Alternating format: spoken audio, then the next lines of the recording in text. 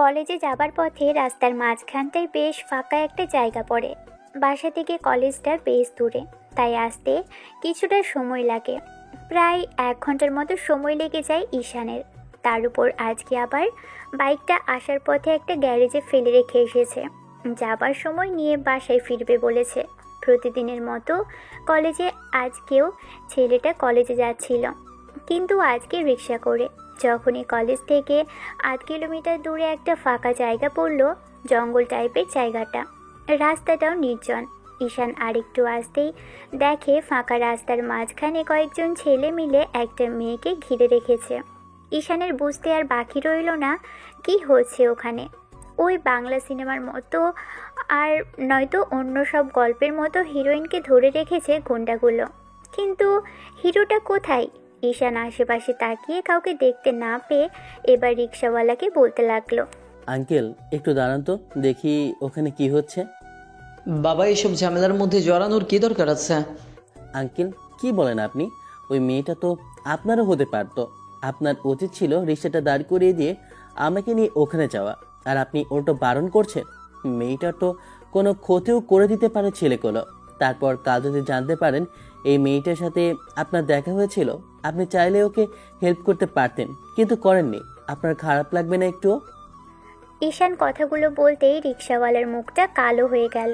ঈশান তাড়াহুড়ো করে নেমে এবার ছেলেগুলোর কাছে আসতেই খেয়াল করলো মেয়েটা লজ্জার শঙ্কা আর ভয়ে মাথা নিচু করে দাঁড়িয়ে আছে। ছেলেগুলো কি যেন বলছিল।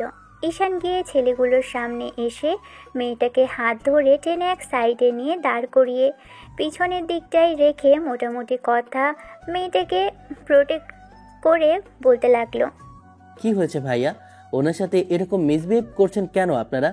উনি কোন পাকা ধানে মই দিয়েছে আপনাদের? ওহো, ওয়েট ওয়েট, নাকি আপনাদের সবার গার্লফ্রেন্ড উনি? হ্যাঁ, আপনাদের সবার সাথে প্রেম করেছে, আর আজকে সবাই ওনাকে একসাথে হাতে নাতে ধরেছেন। আপনারা সবাই ওনার বয়ফ্রেন্ড? ঈশানের কথাতে মেয়েটা বেশখানি অবাক হলো, তাই ওর দিকে চোখ বড় বড় করে তাকালো। মেয়েটার বেশ রাগ হচ্ছে, চোখের মুখের এক্সপ্রেশনেই সেটা বলে দিয়েছে। ঈশান মেয়েটার দিকে অবধি তাকায়নি। মেয়েটা একটু অবাক হলেও ঈশান এবার বলতে লাগলো, কি হলো বলুন, আপনারা ওনার বয়ফ্রেন্ড? না মানে আসলে প্রায় তো দেখি একটা মেয়ে 20-25টা প্রেম করে বেড়াচ্ছে। আপনিও কি তেমন কিছু করেছেন? এই কে বে তুই? আপাতত কেউ নেই, কিন্তু তোরা সুযোগ দিলে কিছু তো একটা হতে পারি। দেখ, আমাদের এখান থেকে চলে যা, ওর সাথে আমাদের বোঝাপড়া আছে। আজ নয়তো কালকে তো ওকে আমাদের হাতে ধরা দিতেই হবে। সেটা বুঝতে পারলাম, কিন্তু ওনার সাথে আপনাদের কিসের এত ঝামেলা? তোকে বলতে যাব কেন রে? কে তুই? তোকে এখান থেকে যেতে বলা হয়েছে? না বললে তো আমি এখান থেকে যাব না। যদি আপনাদের সাথে কোনো ঝামেলা হয়ে থাকে তাহলে সেটা বলতে হবে। ওনার যদি দোষ থাকে তাহলে নির্দ্বিধায় আমি এখান থেকে চলে যাব। যদি বেকরবাই করার চেষ্টা করিস তাহলে তো বিষয়টা আমাকে দেখতেই হবে। যদি মেয়েটার কোনো দোষ না থাকে তাহলে তো আমি ওনাকে এখানে একা ছেড়ে যাব না। তুই হিরো নাকি আমাদের সাথে ফাইট করবি? দেখ, তুই একা আছিস, আমরা কিন্তু 3 থেকে 4 জন, আমাদের সাথে তুই পেরে উঠবি না। সবসময় শক্তি দিয়ে কাজ না হলেও বুদ্ধি দিয়ে হবে। এখন অন্তত আর যাই হোক, আমাকে বাঁকা পথে যেতে বাধ্য করিস না। আমি চাইছি না তোদের সাথে ঝামেলা করতে। কি ঝামেলা করবি রে? দেখে তো মনে হচ্ছে একটা শুটকো। তুই তুই আমাদের সাথে কি ঝামেলা করবি? আমাদের সাথে তুই একা পেরে উঠতে পারবি না বলে দিলাম। আমি আগে বিষয়টা বোঝে নেই, তোরা তো আমাকে বলবি না। তার থেকে না হয় আমি ওনাকে জিজ্ঞেস করে শুনে নিচ্ছি। দেখ, তোকে আবারও বলছি, এখান থেকে যা। তুই কিন্তু আমাদের কথা শুনছিস না? তোর অবস্থাও কিন্তু মেয়েটার সাথে খারাপ করে ছাড়বো। তুই আমাদের সঙ্গে পাঙ্গা নিয়ে পেরে উঠতে পারবি না বলে দিলাম। সবসময় বুদ্ধি দিয়ে কাজ হয় না, শক্তি দিয়ে কাজ না হলেও বুদ্ধি দিয়ে ঠিকই হবে। মানে কি বলতে চাইছিস তুই? ওয়েট, এই যে ম্যাডাম, সত্যি করে বলুন তো, আপনি ওনাদের কোন পাকা ধানে মই দিয়েছেন, নাকি ওদের সাথে এমন কোনো কাণ্ড ঘটিয়েছেন যার জন্য ওনারা আপনাকে পথ আটকে দাঁড়িয়েছে? ঈশান কথাগুলো বলে মেয়েটার দিকে ফিরতেই দেখে অসম্ভব রকমের সুন্দরী মেয়েটা দাঁড়িয়ে আছে। ঈশান ছেলেগুলোর দিকে একবার তাকিয়ে আবারও মেয়েটার দিকে ফিরতেই মনে হতে লাগলো ও কি সত্যি দেখছে নাকি ভুল কিছু দেখছে। আসলে এত কিউট একটা মেয়েকে আজকের জীবনে প্রথমবার দেখলো বলে মনে হয়েছে। তাই ঈশানের মনে হতে লাগলো ভুল কিছু দেখছে। তারপরে আবারও মনে হতে লাগলো এখন এই মুহূর্তে এসব ভাবার সময় নেই। ছেলেগুলো চলে গেলে না হয় মেয়েটাকে দেখা যাবে। মেয়েটার দিক থেকে ঈশান চোখ ফিরিয়ে নিয়ে বলতে লাগলো, কি হলো বলুন, ওনাদের সাথে আপনার কি ঝামেলা? সত্যি করে বলবেন, না হলে কিন্তু আমাকে পরবর্তীতে বিপদে পড়তে হবে। ওরা প্রায়ই আমাকে ডিস্টার্ব করে। কলেজে আসা যাওয়ার পথে ওরা এখানে বসে আড্ডা দেয়, আর প্রতিদিনই যাবার সময় আমাকে ডিস্টার্ব করে। আর আজকে রীতিমতো আমার রিক্সাটা দাঁড় করিয়ে আমাকে বাজে কথা বলতে থাকে। আমি কিছু বলতে গেলে তখন আমার ওনাটা নিয়ে নেয়। বুঝতে পারছিলাম না কি করব, আর তখনই আপনি আসলেন। প্লিজ আপনি আমাকে এখানে একা রেখে যাবেন না। না না না, এত সহজে একা রেখে যাচ্ছি না। তাছাড়া একা রেখে যাওয়ার জন্য কি এখানে এসেছি নাকি? ঈশানের কথাগুলো বলতেই দেখে ছেলেগুলো কেমন রাগী দৃষ্টিতে তাকিয়ে আছে। এবার ঈশান ওদের বলল, কি হলো, কিছু বলবি নাকি এখান থেকে যাবি? দোষটা কিন্তু তোদের। দেখ, আমি চাইছি না এখানে আরো লোকজন জড়ো হোক, তাতে সমস্যাটা কিন্তু তোদেরই হবে। কি করবি রে, তুই কি করবি? সামনে থাকা ছেলেটা কথাটা শেষ করতে পারল না। তার আগেই ঈশান ওর কানের নিচে কষিয়ে একটা থাপ্পড় মারল। ছেলেটা কানে হাত দিয়ে আর্তনাদ করে বসে পড়ল। যে জোরে থাপ্পড় দিয়েছে তাতে কানের পর্দাটা ফেটেছে। ঈশান এবার বাকি দুটোর দিকে রাগী চোখে তাকিয়ে থেকে বলল, বারবার বলছিলাম যে বেশি কথা বলিস না। বড়দের কথার মাঝে কথা বলতে হয় না, জানিস না? আসার পর থেকে দেখছি তুই একটু বেশি ফটর ফটর করে যাচ্ছিস। তোকে তো আর একটা দেওয়া উচিত ছিল, হারামজাদা কোথাকার।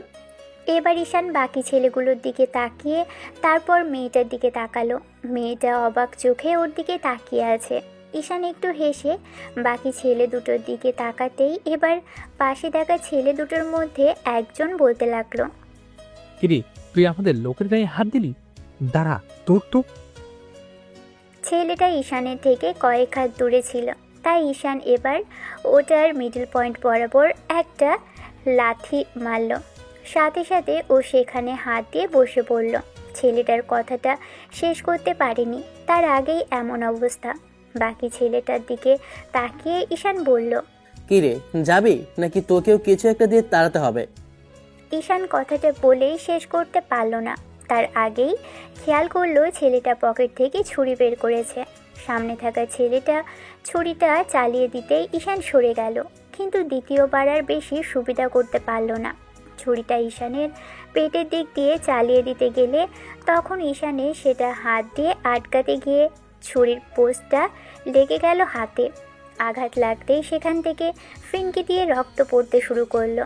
আর্তনাদ করে ঈশান একটু পিছিয়ে যেতেই ছেলেটা যখনই আরেকবার আঘাত করবে তখনই ঈশান বাঁ হাতে কষিয়ে ছেলেটাকে একটা থাপ্পড় বসালো কানে। ঈশান আশেপাশে কিছু একটা খুঁজতেই এরই মাঝে কয়েকজন লোকজন এসে ওদের আশেপাশে দাঁড়ালো। ঈশানের হাতে রক্ত দেখে মেয়েটা আঁতকে উঠেছে। লোকজন এগিয়ে আসতেই ছেলেগুলো আর উপায় না পেয়ে সেখান থেকে দৌড়ে পালালো। ঈশান বাঁ হাত দিয়ে কাটা হাতটা চেপে ধরল। মেয়েটা দৌড়ে এসে ওর পাশে দাঁড়ালো। হাত থেকে রক্ত পড়ছে দেখে নিজেই ঈশানের হাতটা চেপে ধরল। মেয়েটা আশেপাশে তাকিয়ে দেখলো ওড়নাটা দূরে পড়ে আছে। মেয়েটা ওড়না এনে তার থেকে কিছু অংশ ছিঁড়ে ওর হাতটা বেঁধে দিল আর বলতে লাগলো, আপনাকে যে কি বলে ধন্যবাদ দেব সে ভাষা আমার জানা নেই। তারপরও আপনার জন্য খারাপ লাগছে। আপনি আমাকে বাঁচাতে গিয়ে শেষে নিজেরই এরকম একটা বিপদে পড়লেন। আমার জন্যই আজকে এরকমটা হলো, না হলে আপনার এই অবস্থা হতোই না। ছাড়ুন তো ওসব কথা। আপনার সাথে ওরা বেশি ঝামেলা করেনি তো? না মানে গায়ে টাচ করা? না না, তেমন কিছু করতেই পারিনি। তার আগেই আপনি চলে এসেছিলেন। ওরা এই এলাকার বখাটে। আমি এখান দিয়েই প্রতিদিনই কলেজে যাই। ওরা রোজ কয়েকটা মেয়েকে ডিস্টার্ব করে। সেদিন ওরা একটা মেয়েকে ডিস্টার্ব করছিল, তাই আমি রিক্সা থেকে নেমে এসে ওদের বাধা দিই। আর ওদের মধ্যে একটা ছেলেকে থাপ্পড় মেরেছিলাম। সেই রাগেই হয়তো ওরা আমার উপর এরকম অ্যাটাক করেছে। আর আজকে আপনার সাথে ঝামেলা হলো। যেহেতু এখান দিয়ে আসতে সমস্যা, তাহলে আসেন কেন? কাউকে সাথে নিয়ে আসবেন। আমি আজকে না থাকলে কি হতো বলুন তো? আমি আপনাকে হেল্প করেছি সেটার জন্য বলছি না। আপনি একটা মেয়ে মানুষ, ওরা যদি আপনার কোনো ক্ষতি করে দেয় তখন কি হবে বলেন তো? এখন এই মুহূর্তে ওইসব কথা ছাড়ুন। আপনার হাতটা অনেকখানি কেটে গেছে। চলুন আমার সাথে, আপনাকে আমি হাসপাতালে নিয়ে যাই। মেয়েটার মুখে স্পষ্ট ভয়ের ছাপ। ঈশান মেয়েটার মুখের দিকে তাকিয়ে আছে সেই তখন থেকে। তারপর যখন হসপিটালে যাওয়ার কথা বলল, ঈশানের কোনো রেসপন্স পেল না। মেয়েটা তাই বলতে আবারও বলল, কি হলো, চলুন। না, আপনি তো কলেজে যাচ্ছিলেন, তাহলে? একটা মানুষের জীবনের থেকে কি কলেজটা অনেক বেশি বড় হয়ে গেল? আর আমাকে আপনি হেল্প করার পরে এই অবস্থা, তাহলে আপনাকে এখানে ছেড়ে যাই কি করে বলেন? আপনার কোনো বারণই আমি শুনছি না, চলুন আমার সাথে ডাক্তারের কাছে। ঈশান মেয়েটাকে কিছুক্ষণ ধরে দেখলো আর ভাবতে লাগলো। আর যাই হোক, মেয়েটার সাথে কিছুটা মুহূর্ত থাকা যাবে। কথাগুলো ভেবে ঈশান সম্মতি জানালো। দুজনেই রিক্সাটার কাছে আসলো। ঈশান যে রিক্সাটা নিয়ে এসেছিল, লোকটা তখনও দূরে দাঁড়িয়েছিল। এত বড় একটা ঝামেলা হলেও লোকটা এগিয়ে আসেনি। ঈশান বিষয়টা দেখে বেশি অবাক হয়েছে। এতগুলো লোক আসার পরও কিনা এরকম করে উনি দূরে দাঁড়িয়ে থাকলো। ঈশানের ইচ্ছে করছিল লোকটাকে কথা শুনিয়ে দিতে, কিন্তু মুরব্বী মানুষ, তাই কিছু বলল না। এবার মেয়েটা ঈশানের হাত ধরে টেনে ওকে রিক্সাটায় উঠিয়ে দিতে ঈশানও মেয়েটার পাশে বসে পড়ল। মেয়েটা ওই ছেঁড়া ওড়নাটায় গায়ে জড়িয়ে নিল। ঈশান ওর দিকে হাঁ করে তাকিয়ে আছে। মেয়েটা ওর হাতটা এখনও ধরে রেখেছে। সেই তখন থেকেই ঈশান মেয়েটার মুখের দিকে তাকিয়ে আছে। এবার মেয়েটা ঈশানের দিকে তাকিয়ে কিছুটা লজ্জা পেল। সেটা প্রকাশ করলো না, শুধু বলল, কখনো মেয়ে দেখেননি? শোনেন, আমাকে পরেও দেখতে পাবেন। নিজের হাতটা কেটে গেছে, সেই চিন্তায় আমার ভয় লাগছে। কতটা রক্ত বেরিয়েছে, আর আপনি কি না আমার দিকে এমন করে ড্যাব ড্যাব করে তাকিয়ে আছেন? মেয়ে দেখেছি, কিন্তু আপনার মতো কাউকে দেখিনি, তাই আর কি। সুযোগ পেয়ে বসেছেন তাই এরকম কথা বলছেন, তাই না? সুযোগ নেওয়ার কি আছে? আপনার জায়গায় অন্য কোনো মেয়ে হলে তো সে চলে যেত। আর আপনি কি না আমাকে নিয়ে হসপিটালে যাচ্ছেন? ওখানে রেখে গেলে তো আপনার কত টাকা খরচ হবে ম্যাডাম? শোনো না, এসব ফালতু কথা আমি শুনতে চাচ্ছি না। আমার রক্ত দেখলে কতটা ভয় লাগে আপনি জানেন? আপনার এতটা রক্ত বেরিয়েছে, আপনার কি একটুও ভয় লাগছে না? যদি আপনি অসুস্থ হয়ে পড়েন, জ্ঞান হারিয়ে ফেলেন, তখন কি হবে? মেয়ে মানুষের মতো আমি অতটাও দুর্বল প্রাণী আমি নই যে এত তাড়াতাড়ি জ্ঞান হারাবো। ইনসাল্ট করছেন, তাই না? এমা, আপনি কি আমার সাথে ঝগড়া করছেন? আপনার নাকি ভয় লাগছে, তাহলে এত রাগ আসে কোথা থেকে? হ্যাঁ, ফালতু বকবক করবেন না তো, চুপচাপ বসে থাকেন। ঈশান মেয়েটার মুখের দিকে তাকিয়ে চুপচাপ বসে রইল। আধা ঘন্টা বাদে ওরা একটা হসপিটালের সামনে আসলে মেয়েটা রিক্সা ভাড়া দিতে গেলে ঈশান বারণ করলো। তারপরও মেয়েটা শুনল না। রিক্সাওয়ালাকে বিদায় করতেই মেয়েটা আবারও ঈশানের ডান হাত ধরে ওকে টানতে টানতে ভিতরে নিয়ে আসলো। মেয়েটা ঈশানকে একটা কেবিনে নিয়ে বসিয়ে দিয়ে তারপর বাইরে চলে গেল। মেয়েটা কিছুক্ষণ বাদে একটা নার্সকে নিয়ে আসলো। নার্স এসে ওর হাতটা ড্রেসিং করে ব্যান্ডেজ করে দিতেই লাগলো। ঈশান মেয়েটার মুখের দিকে তাকিয়ে রইল। মেয়েটা একটা জায়গায় বসে কেমন যেন হাতে নখ কামড়াচ্ছে। ঈশান তো সেই প্রথম থেকে মেয়েটার দিকে তাকিয়ে আছে, কারণ অসম্ভব রকমের সুন্দরী মেয়েটা, যে কেউ প্রথম দেখাতেই ওর প্রেমে পড়তে বাধ্য হবে। আর এই যুগেও এত সহজ সরল অস্বাভাবিক এমন কোনো মেয়ে হতে পারে ঈশানের সেটাই জানা ছিল না। কারণ আজকালকার দিনে মেয়েরা সুযোগ পেলে তো ওয়েস্টার্ন ড্রেস আর ছেলেদের মতো পোশাক পরতে ব্যস্ত। সেখানে মেয়েটা সাধারণ সব মেয়েদের মতো একটা থ্রি পিস পরেছে। নীল থ্রি পিসে মেয়েটাকে অসম্ভব রকমের সুন্দর লাগছে। দুহাত ভর্তি চুড়ি পরেছে। হাতে চুড়ি দেখে ঈশান ভাবল, মেয়েটার কি বিয়ে হয়ে গেছে? না, নাকে তো নাকফুল নেই। আর কিছু ভাবতে পারছে না ঈশান, শুধু ট্যাপ ট্যাপ করে তাকিয়ে রয়েছে। ব্যান্ডেজ করা হয়ে গেল। এবার নার্স কিছু একটা বলে চলে গেল, কিন্তু সেটা ঈশানের মাথার উপর দিয়ে গেল। এবার মেয়েটা একটা দীর্ঘ নিঃশ্বাস ফেলে উঠে ঈশানের সামনে দাঁড়ালো আর বলতে লাগলো, সেই তখন থেকে আমাকে দেখে যাচ্ছেন, সত্যি করে বলেন তো, আমি কি খুব বেশি সুন্দর দেখতে? আপনি এমন করে বলছেন কেন? আপনার দিকে একটু তাকানো যাবে না? থাকুন আপনি তাকিয়ে।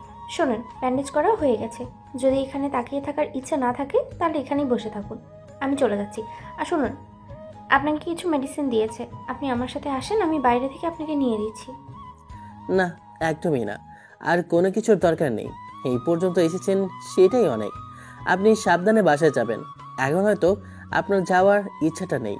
এরকম কিছু দেখার পর সাবধানে আসবেন আর যাবেন।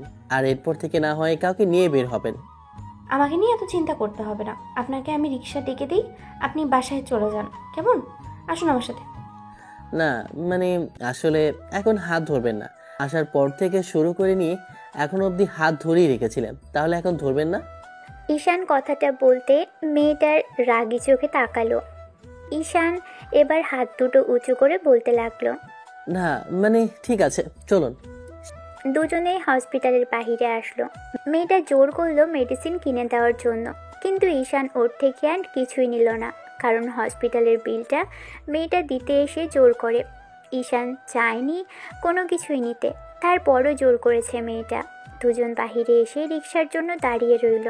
2 মিনিট বাদেই একটা রিক্সা আসলো। ঈশান মেয়েটাকে রিক্সায় উঠে যেতে বললে মেয়েটা বলতে লাগলো, আপনি চলে যান, আমি চলে যেতে পারবো, বললাম তো। সেটা বললে কি হয়? আপনি উঠুন, আমি পরেরটাতে চলে যাচ্ছি। এই মামা, ওনাকে বাসায় পৌঁছে দিয়েন তো ঠিক মতো। আর শুনুন, ওনার থেকে ভাড়া নেওয়ার দরকার নেই, তুমি পরে আমার সাথে দেখা করো। সে কি কথা? ভাড়া নিব না মানে? আর পরে দেখা করবে, ওনার কি আপনার দেখা হবে নাকি আবার? মামনি, আমি ওনার পাশের এলাকাতেই থাকি, প্রায় ওনারে দেখি। উনি তো আমার রিক্সাতেই বেশি যাতায়াত করে। ওনার সাথে টাকা পয়সা নিয়ে কোনো ঝামেলা হইব না। মামা, কথা না বলে ওনাকে নিয়ে যান তো, আমি আসি তাহলে। মেয়েটাকে কিছু বলতে না দিয়ে ঈশান একটু এগিয়ে গিয়ে একটা রিকশায় উঠল। মেয়েটা চলে যেতেই ঈশান যেতে লাগলো। অন্যদিকে নাবিলার জানতে ইচ্ছে হলো যে ঈশান কেমন। ছেলেটা এবার হুটহাট করে ওকে চেনে না জানে না হেল্প করলেও বিষয়টা ভাবতে অবাক লাগছে। ওর জায়গায় অন্য কোনো ছেলে হলে হয়তো আজকে ওকে হেল্প না করেই চলে যেত। তারপর ওই লোকটা নাকি ওকে চেনে, কার কাছ থেকে ওর বিষয়টা জানবে ভাবতেই মনে হতে লাগলো এই রিক্সাওয়ালা লোকটা ঈশানকে চেনে। কথাগুলো মনে হতেই এবার নাবিলা রিক্সাওয়ালাকে বলতে লাগলো, আচ্ছা আঙ্কেল, আপনি বললেন যে আপনি এই ছেলেটাকে চেনেন, উনি তো আপনাদের বাসার এলাকাতেই থাকে। আসলে আমি ওনাকে চিনি না, আমার সাথে রাস্তায় দেখা। কয়েকটা ছেলে আমাকে ডিস্টার্ব করছিল আজকে। উনি না থাকলে আমার অনেক বড় ক্ষতি হয়ে যেত। আসলে ওনার সম্পর্কে জানতে চাচ্ছিলাম, দেখে তো মনে হলো ভালোই হবে। তারপরে যদি বলতেন ছেলেটা কেমন। মামনি, ছেলেটা অত্যন্ত ভালো। এই যুগে এমন ছেলে পাওয়া খুবই দুঃসাধ্য ব্যাপার। কারণ কেন জানেন তো? ছেলেটা বড্ড পরোপকারী। ওর বাবা এই শহরের বেশ বড়সড় একজন বিজনেসম্যান। তারপরেও ছেলেটার মধ্যে কোনো অহংকার নেই। দেখে বোঝার উপায় নেই ও এত বড় লোকের ছেলে। সাধারণ মানুষগুলোর সাথে কত সহজে মিশে যায়। মানুষের সাথে সহজে মিশে যাওয়ার সুন্দর একটা গুণ আছে ওর মধ্যে। সবসময় একটা ভালো মানুষের পরিচয় দেয় ছেলেটা, কারণ ও মানুষকে সাহায্য করতে ভালোবাসে, যেমনটা ছিল ওর দাদার। ওর দাদা তো এই এলাকার এমপি ছিল, কিন্তু ওর বাবার এগুলো পছন্দ না, তাই রাজনীতিটা ছেড়ে দিয়েছে। ছেলেটা বড্ড ভালো জানেন তো। এই তো গত মাসে আমার মেয়ের স্কুলের টাকাগুলো দিতে পারছিলাম না, জানতে পারার পর ও নিজে গিয়ে সব টাকা পরিশোধ করে দিয়েছে। আবার কয়েকদিন পরেই ভালো একটা স্কুলে ভর্তি করে দিয়েছে। বলেছে আমার মেয়ের পড়ালেখায় যত টাকা পয়সা খরচ হবে তা ঈশান বাবা দিবে, তারপরেও যেন আমি মেয়ের পড়ালেখাটা বন্ধ না করে দিই। আর সবচেয়ে বড় বিষয় কি জানেন? মেয়েদেরও অনেক সম্মান করে। আসলে একজন আদর্শ মায়ের সন্তান কিনা। ওদের বিশাল বড় একটা এতিমখানা আছে, যেখানে ওর মা প্রায় গিয়ে বাচ্চাদের সাথে সময় দেয়। আর বলতে পারেন ওই এতিমখানা পুরোটাই ওরা চালায়। এই জন্যই ওর বাবাকে সবাই এক নামে চেনে। এবার নাবিলা বুঝতে পারলো যে ছেলেটা হুটহাট করে কেন ওর বিপদে ঝাঁপিয়ে পড়ল। ছেলেটা নাকি সব সময় সাহায্য করে আসছে, আর এত ভালো একজন লোকের ছেলে সে এরকম আদর্শে বড় হবে না সেটা কি করে হয়? কথাগুলো ভেবেই নাবিলার ভালো লাগছে। নাবিলা সেদিন আর কলেজে গেল না। রিক্সাওয়ালার থেকে ঈশানের সম্পর্কে সম্পূর্ণটা জানলো। জানার পর ততটাই বেশি মুগ্ধ হলো যতটা ঈশান ওর দিকে তাকিয়ে থাকার পর রাগ হয়েছিল। নাবিলার বাসার সামনে এসে ভাড়া দিতে গেলে লোকটা বলতে শুরু করলো, মামুনি, আপনার থেকে ভাড়া নিতে পারবো না। ভাড়া যদি নিই ঈশান বাবা তাহলে আমার উপর রাগ করব। এই ঈশানটা আবার কি আঙ্কেল? কে আবার? যে আপনাকে বাঁচাইছিল ওর নামই তো ঈশান। যে ছেলেটা আপনাকে সহি সালামতে এখানে পৌঁছে দিতে বললো সেই তো। ওনার নাম ঈশান? হ্যাঁ মামুনি, আপনি থাকেন, আমি যাই তাহলে। রিক্সাওয়ালা বিদায় নিয়ে চলে গেলে নাবিলা ঈশানের কথাগুলোই ভাবতে ভাবতে ওর বাসার ভিতরে আসতে আম্মু ওকে এমন করে ভাবতে দেখে জিজ্ঞেস করলো কারণটা।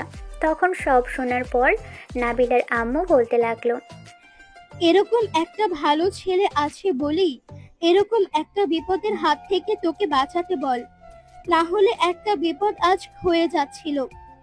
তোকে আমি প্রায় বলি গাড়ি নিয়ে যেতে। আম্মু প্লিজ আব্বুকে এসব বলো না তো, আব্বু তাহলে আমাকে বাসা থেকে বেরিয়ে হতে দেবে না।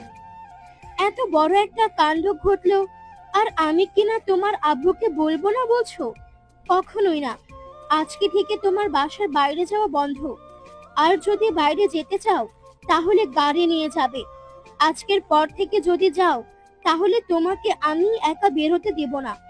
ঠিক আছে, কালকে থেকে গাড়ি নিয়ে বেরোবো। আর আমারও কেমন ভয় ভয় করছে এই রাস্তা দিয়ে যেতে। ওইটা ছাড়া তো কলেজে যাওয়ার বিকল্প কোনো রাস্তাও নেই, তাই কালকে থেকে না হয় গাড়ি নিয়েই যাব। ঈশান বেডে বসে আছে আর আম্মু ওকে বকা দিচ্ছে আর নিজ হাতে খাবার খাইয়ে দিচ্ছে। ঈশান তখন গাল ফুলিয়ে বাচ্চাদের মতো করে বলতে লাগলো, তুমিই তো রোজ বলো যে মানুষকে হেল্প করতে, তাহলে আজকে আবার এরকম করে বকা দিচ্ছ কেন? তুমি জানো না মানুষকে বিপদে দেখলে আমি উপকার না করে পারি না? তার উপর ও একটা মেয়ে ছিল, ওর জায়গায় যদি আমার বোন থাকতো তাহলে কি হতো? মেয়েটা কত ভালো দেখেছো, আমাকে হসপিটাল পর্যন্ত নিয়ে গেল, আবার বাসায় পৌঁছে দিতে চাচ্ছিল। আজকে ওকে যদি হেল্প না করতাম তাতে ওর যদি কিছু হয়ে যেত আর কালকে সেটা জানতে পারলে খারাপ লাগতো না বলো? নিজেকে সবচেয়ে ছোট মনে হতো, মাথায় সবসময় ঘুরপাক খেত। একটা মেয়েকে বাঁচাতে পারতাম, তাকে বাঁচায়নি, তাহলে মনুষ্যত্বের প্রতি কিছু বেঁচে থাকবে বলো? তাই বলে নিজের ক্ষতি করে অন্যের সাহায্য করবে? একটু দেখে শুনে মারপিট করবে না? মারপিট করাটা কি তোমার স্বভাবে দাঁড়িয়েছে? এই তো গত পরশুদিন কলেজে নাকি মারপিট করে এসেছো। কি করব, ওরাই তো মেয়েদের র্যাক দিচ্ছিল আর একটা মেয়ের সাথে খুব মিসবিহেভ করছিল। মেয়েটা কাঁদছিল আম্মু। ছোট ছোট একটা মেয়ের সাথে ওরকম করলে কি ভালো লাগে বলো? তুমি তো জানো তোমার ছেলে আবার কোনো মেয়েকে অসম্মান করা দেখতে পারে না, তাহলে মেয়েদের আমার সামনে অসম্মান করলে আমি মোটেও চুপ করে থাকতে পারি না। মেয়েরা মায়ের জাতি, তাই আমি কারো অসম্মান করতে পারি না, তুমি সেটা জানো না? আম্মু ঈশানকে খাইয়ে দিচ্ছে। ওষুধগুলো নিজ হাতে খাইয়ে দিয়ে তারপর ওকে ঘুম পাড়িয়ে দিয়ে চলে গেল। পরদিন আম্মু ঈশানকে কলেজে যেতে দেবে না বললেও ঈশান জোর করেই কলেজে আসলো, কিন্তু রিক্সা করে। বাইকটা চালাতে পারবে না, হাতটা অনেকখানি কেটে গেছে আর ব্যথাও করছে এখনও। কালকে থেকে মেডিসিন খেয়েছিল, কিন্তু ব্যথাটা কিছুটা কমলেও এখনও অসাড় হয়ে আছে। তাই রিক্সা করেই আসলো। বন্ধুদের সাথে দুদিন যাবত দেখা হয় না, তাই কলেজে চলে আসলো। এসে যখনই ক্যাম্পাসে ঢুকলো খেয়াল করলো দূরে কালকে সে মেয়েটি দাঁড়ানো।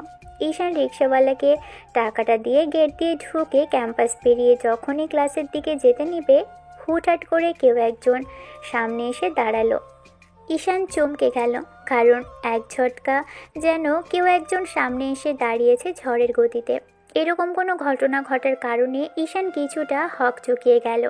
এবার সামনে দাঁড়িয়ে থাকা ব্যক্তির দিকে তাকিয়ে দেখলো কালকে সেই মেয়েটাকে দেখে ঈশান একটা দীর্ঘ নিঃশ্বাস ফেলল। তখন মেয়েটা বলল, কী অবস্থা আপনার? কেমন আছেন? কালকে এরকম একটা কাণ্ড ঘটলো, আবার আজকেই আপনি কলেজে চলে এসেছেন। আপনাকে দেখে তো মনে হচ্ছে বেশ খানিকটা স্বাভাবিক। হাতে কি অবস্থা? ওহ আপনি, আমি তো ভয় পেয়ে গিয়েছিলাম। এভাবে কেউ হুটহাট করে সামনে এসে দাঁড়ায়? ও সরি, ছেলেরাও ভয় পায় সেটা তো জানতাম না। হ্যাঁ, ছেলেরা তো লোহার তৈরি যে ভয় পাবে না, সে না হয় বুঝতে পারলাম। ঠিক আছে, আমার হাতও ঠিক আছে, কিন্তু এটা বলুন যে আপনি আজ ঠিকঠাক মতো কলেজে আসতে পেরেছিলেন তো? না মানে ওই রাস্তা দিয়ে আসলেন, ওরা কেউ ছিল না ওখানে? না, আজ গাড়ি করে এসেছি। আজকে ওরা কেউ থাকলেও আমাকে পেতো না। বড়লোকের মেয়ে, ঠিক আছে, এত বড়লোকের মেয়ে তাহলে গাড়ি নিয়ে বের হন না কেন? গাড়ি নিয়ে বের হলে এমন ঝামেলা হতো না। বড় লোকের মেয়ে সেটা প্রমাণ করতে ইচ্ছে করে না, স্বাভাবিকভাবে থাকতেই ভালো লাগে। এত বড় লোকের ট্যাগ লাগিয়ে ঘোড়াটা নিজেকে বড় প্রমাণ করা হলো না, বুঝছেন? আমার সব ইচ্ছে করে না। আর বড় লোক কাকে বললে বলছেন? আপনি নিজেও অনেক বড় লোকের ছেলে, তাহলে এত সাধারণ কেন থাকতেন? ওই একই ব্যাপার। এরকম করলে মানুষ আমার কাছে এসে মিশতে চাইবে না। আমার সবার সাথে কথা বলতে মিশতে ইচ্ছে করে, তাই আর কি এভাবে থাকতে ভালো লাগে। একটা বিষয় আপনার সাথে আমার বেশ মিলে গেল। আপনিও নিজেকে বড় ভাবতে পছন্দ করেন না, তেমনি আমিও করি না। আপনি চাইলে আরো অনেক কিছুই মিলে যেতে পারে। মানে? না, কিছু না। ঈশান মেয়েটার সাথে এবার কথা বলতে বলতে এগোতে লাগলো। তখন মেয়েটা বলতে লাগলো, আচ্ছা, আপনি কোন ইয়ারে পড়েন আর কোন সাবজেক্ট নিয়ে? আমি অনার্স থার্ড ইয়ার অ্যাকাউন্টিং। আর আপনি? তার মানে আপনি আমার জুনিয়র। হতেই পারি। আমার কি জুনিয়র হওয়া বারণ আছে নাকি? না, দেখে মনে হয়েছিল যে আপনি আমার সমবয়সী হবেন। আপনি যে আমার জুনিয়র হলেন। ম্যাডাম, আমি কিন্তু আপনাকে প্রেমের প্রস্তাব দেইনি যে আমার জুনিয়র হলে সমস্যা আছে। আপনি কিন্তু বড্ড বেশি উল্টাপাল্টা কথা বলেন। এগুলো না বললে কি নয়? আমি কথা বলতে এসেছি আর আপনি কি না এইসব প্রেম ভালোবাসার কথা বলছেন? কেন, এগুলো পছন্দ করেন না নাকি? না, একদমই না। তাছাড়া এসবে মানুষ শুধু কষ্টটাই পায়। যদি কাউকে পছন্দ থাকে তাকে নিয়ে যেন আব্বুর সামনে দাঁড়াই সরাসরি কথা বলে। তার মানে এটা নিশ্চিত যে আপনার বয়ফ্রেন্ড নেই? কেন, বয়ফ্রেন্ড নিয়ে আপনি কি করবেন? নেই বলে কি চান্স নেবেন? আপনি তো বললেন আপনি এগুলো পছন্দ করেন না, তাহলে আমি আপনার জুনিয়র হলে কেনই বা আপনার সাথে চান্স নিব? তার মানে সিনিয়র বা সমবয়সী হলে চান্স নিতেন, আর আমি পছন্দ করলে আপনি আমার পিছনে পড়ে থাকতেন। যেহেতু জানি আপনি এগুলো পছন্দ করেন না, তাহলে আপনার পেছনে সময় নষ্ট করার কোনো প্রশ্নই আসে না। আপনি সিনিয়র যেহেতু কখনোই পছন্দ করবেন না, তাহলে কি দরকার এগুলো নিয়ে আপনার পেছনে পড়ে থেকে সময় নষ্ট করার? লাভ হলে না হয় পড়ে থাকতাম। আপনি দেখছি সম্পূর্ণটাই অন্যরকম। Good, intelligent. যার পেছনে পড়ে থাকলে কাজ হবে তার পেছনেই পড়ে থাকবে, সেটাই না হয় ভালো হবে। আমি যার তার পেছনে পড়ে থাকবো কেন? আর আমার কাজই কি এগুলো নাকি? এরকম কাজ আমারও পছন্দ না। প্রেম ভালোবাসা নিয়ে আমি কাউকে বিশ্বাস করতে পারি না, তাই আমার পক্ষে সম্ভব না। তাহলে আমি শুধু শুধু আপনার সাথে কথা বলছি কেন? সেটা আপনি জানেন। আজব তো। আজবের কি আছে? আপনি জানেন আপনি কেন কথা বলতে এসেছেন। হয়তো কাল হেল্প করেছিলাম, সেই জন্য আপনি কথা বলতে এসেছেন। আপনার সামনে কোনো কথা বলাও যাবে না দেখছি। আমি কিন্তু জোর করিনি আপনাকে, আমি আগেই দেখেছিলাম। প্রয়োজন হলে আমি আগে গিয়ে আপনার সাথে কথা বলতাম। তার মানে আমার সাথে কথা বলতে আপনার ভালো লাগছে না? আপনি যেমন ভাবেন তেমনি। ঈশান কথাগুলো বলে চলে গেল, কারণ জানে মেয়েটা যেখানে এসব বিষয় পছন্দ করে না, তার উপর চায় না এগুলো নিয়ে কথা বলতে, তাহলে এসব বলে লাভ কি? ঈশান চলে গেলে মেয়েটা ওর দিকে তাকিয়ে রইল।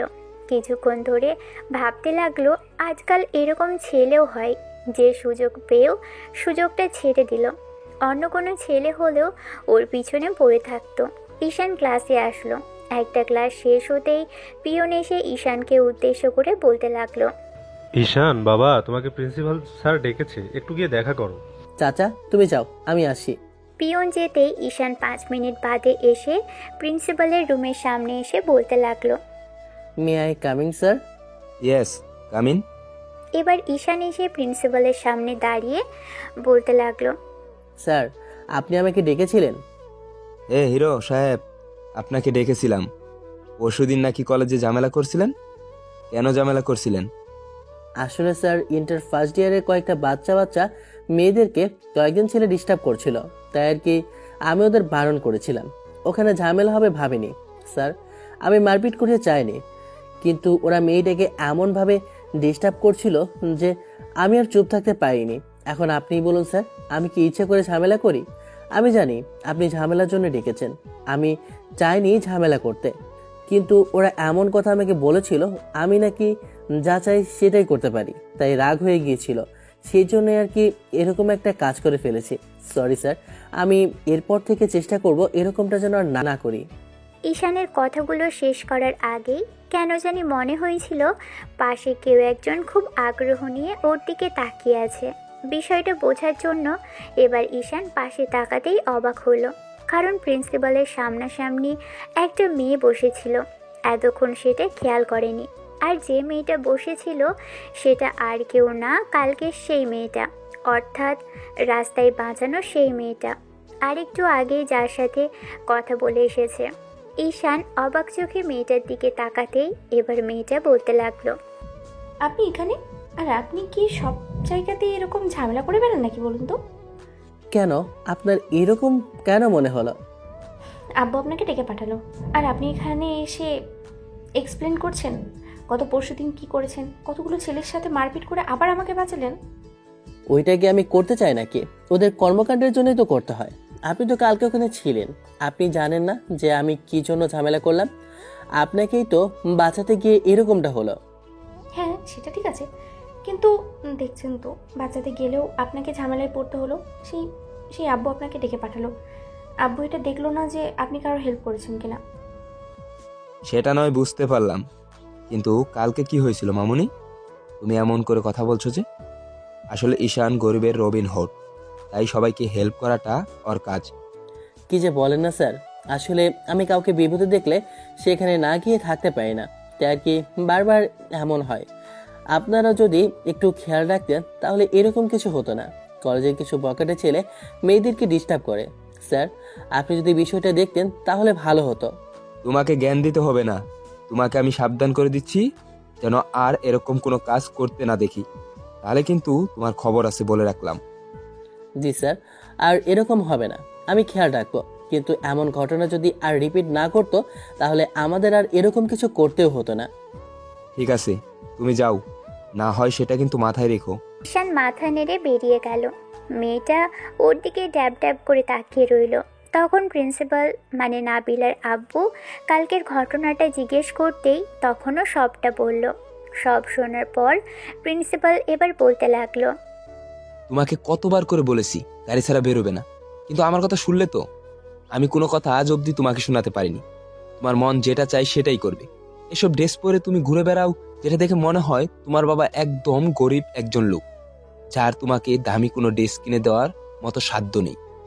আব্বু, আমার ইচ্ছে করে না সবার কাছে নিজেকে বড় প্রমাণ করতে। তাছাড়া বড় প্রমাণ করলে কি সেটা বড় বোঝায়? আমার এরকম করে চলতে ফিরতে একদমই ভালো লাগে না। আচ্ছা, এটা বলো তুমি, ওই ছেলেটার পেছনে কেন এরকম করে পড়ে আছো? কেন ছেলেটা এমন কাজ করে একবার জানার চেষ্টা করেছো? আমি কলেজে এসে শুনলাম এরকম কিছু যে কতগুলো ছেলে নাকি পরশুদিন কাদের র্যাক দিচ্ছিল, আর একটা ছেলে ওদের সাথে মারপিট করেছে। আর এখানে এসে দেখছি এই ছেলেটাই সেই ছেলেটা। আর বলো না মামুনি, এই ছেলের কাজই হচ্ছে কোনো জায়গায় ঝামেলা হলেই ও জড়াবে। ওর কাজই হচ্ছে এরকম ঝামেলায় জড়ানো। গত কয়েকদিন আগেই একটা ঝামেলা করলো, তার 2 সপ্তাহ আগে একবার কাদের যেন মারপিট করে হাত ভেঙে দিয়েছিল। আসলে ওর আব্বু অনেক বড় লোক, তাই যা ইচ্ছে তাই করবে, যে কোনো ঝামেলায় জড়াতে দুবার ভাববে না। ও তো আর কোনো খারাপ কাজ করছে না, ও ভালো কাজই করেছে, নিজ থেকে মানুষকে হেল্প করছে। তাহলে সমস্যাটা কোথায় আব্বু? তোমাকে এসব নিয়ে ভাবতে হবে না, তুমি পড়ালেখার কথা চিন্তা করো।